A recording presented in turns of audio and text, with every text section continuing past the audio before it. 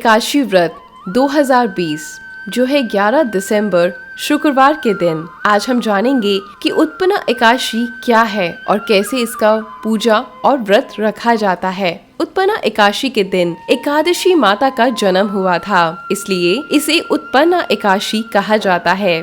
देवी एकादशी भगवान विष्णु की एक शक्ति का रूप है। मान्यता है कि उन्होंने इस दिन उत्पन्न होकर राक्षस मुर का वध किया था, इसलिए इस एकादशी को उत्पन्ना एकादशी के नाम से जाना जाता है। धार्मिक मान्यता के अनुसार इस दिन स्वयं माता एकादशी को आशीर्वाद दिया था और इस व्रत को महान व पूजनीय बताया था। कहा जाता है कि उत्पन्ना एकादशी का व्रत रखने से मनुष्य के पूर्व जन्म और वर्तमान दोनों जन्म के पाप नष्ट हो जाते हैं। अन्य एकादशी व्रत की तरह उत्पन्ना एकादशी व्रत की पूजा विधि अब हम जानेंगे। अन्य एकादशी व्रत की तरह उत्पन्ना एकादशी व्रत का पूजन विधान भी एक समान है, जो कि इस प्रकार है। एकादशी व्रत रखने वाले व्यक्ति को एक दिन पूर्व यानी दशमी की रात्रि में भोजन नहीं करना चाहिए। एकादशी के दिन प्रातः काल उठकर स्नान के बाद व्रत का संकल्प लेना चाहिए। इसके बाद भगवान विष्णु का पूजन करना चाहिए और उन्हें पुष्प,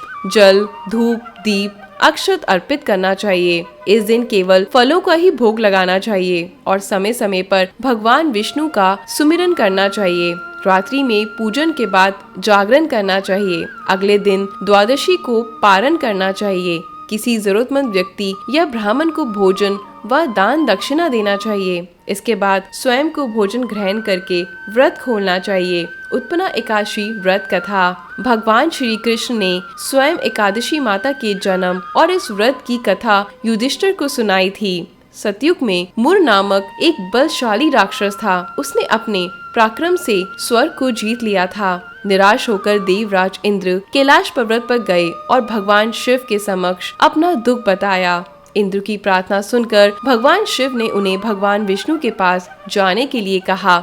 इसके बाद सभी देवगण क्षीर सागर पहुँचते हैं। वहाँ सभी देवता भगवान विष्णु से राक्षस मुर से अपनी रक्षा की प्रार्थना करते हैं। भगवान विष्णु सभी देवताओं को आश्वासन देते हैं। इसके बाद सभी देवता राक्षस मुर से युद्ध करने उसकी नगरी जाते हैं। कई सालों तक भगवान विष्णु और राक्षस मुर में युद्ध चलता है। युद्ध के समय भगवान विष्णु को नींद आने लगती है और वो विश्राम करने के लिए एक गुफा में सो जाते हैं। भगवान विष्णु को सोता देख राक्षस मुर उन पर आक्रमण कर देता है, लेकिन इसी दौरान भगवान विष्णु के शरीर से कन्या उत्पन्न होती है। इसके बाद मुर और उस कन्या में युद्ध चलता है। इस युद्ध में मुर घायल होकर बेहोश हो जाता है और देवी एकादशी उसका सिर धड़ से अलग कर देती हैं। इसके बाद भगवान विष्णु की नींद खुलने पर उन्हें पता चलता है कि किस तरह से उस कन्या ने भगवान विष्णु की रक्षा की है। इस पर भगवान विष्णु से वरदान देते हैं कि तुम्हारी पूजा करने वाले के सभी पाप नष्ट हो जाएंगे और उसे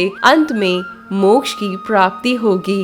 एकादशी के व्रतों में उत्पन्ना एकादशी व्रत को मुख्य स्थान प्राप्त है। उपवास में तामसिक वस्तुओं का सेवन करना निषेध माना जाता है। वस्तुओं में मांस, मदिरा, प्याज व मसूर दाल है। ब्रह्मचर्य का पालन करते हुए व्रत का संकल्प करना चाहिए। प्रातःकाल समस्त दैनिक कार्यों से निवृत्त होकर स्नान करने के पश्चात सूर्य देव को जल अर्पण करके भगवान विष्णु का ध्यान करना चाहिए। रात्रि समय दीप दान करना चाहिए। सत्कर्म भक्ति पूर्वक करने चाहिए।